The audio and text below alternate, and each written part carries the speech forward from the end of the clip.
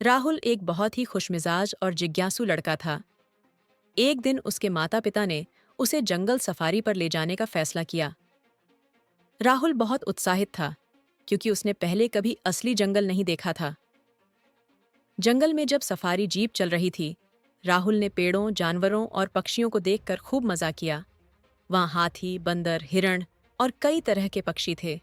लेकिन सबसे मजेदार बात तब हुई जब सफारी खत्म होने वाली थी। जीप अचानक रुक गई और जंगल के बीच में राहुल की नज़र एक बड़े अजीब से अंडे पर पड़ी। वह अंडा बाकी जानवरों के अंडों से बहुत बड़ा था और उसका रंग बैंगनी था। राहुल ने अपने माता पिता से कहा, माँ, पापा, ये अंडा कितना अजीब है, क्या हम इसे देख सकते हैं? माँ पापा ने उसे सावधान रहने को कहा, लेकिन राहुल बहुत जिज्ञासु था। उसने धीरे से अंडे को छुआ और अचानक से अंडे में दरार पड़ने लगी। सभी हैरान रह गए। कुछ ही पलों में उस अंडे से एक प्यारा छोटा बैंगनी रंग का ड्रैगन निकल आया। वो देखो, ड्रैगन! राहुल चिल्लाया। ड्रैगन ने अपने पंख फैलाए और एक प्यारी सी आवाज निकाली। उसकी आंखें चमचमाती थीं और उसके छोटे छोटे पंख चमकीले बैंगनी रंग के थे। राहुल ने उसका नाम बैंगनी रखा। बैंगनी कोई साधारण ड्रैगन नहीं था। वो उस जंगल में मौजूद आखिरी ड्रैगन का बच्चा था। बहुत समय पहले जंगल में ड्रैगन रहते थे जो जंगल की रक्षा करते थे।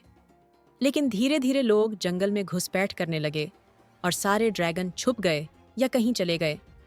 बैंगनी की माँ ने उसे सुरक्षित रखने के लिए एक अंडे में छुपा दिया था, ताकि जब सही समय आए वह फिर से बाहर आए और जंगल को सुरक्षित रखे। अब चलो दिखाते हैं बैंगनी की दोस्ती। राहुल और बैंगनी जल्दी ही अच्छे दोस्त बन गए। बैंगनी उड़ सकता था, लेकिन अभी वो छोटा था, इसलिए राहुल उसे अपने साथ रखता था। सफारी के दौरान वे हाथी से मिले जिसका नाम मोटू था।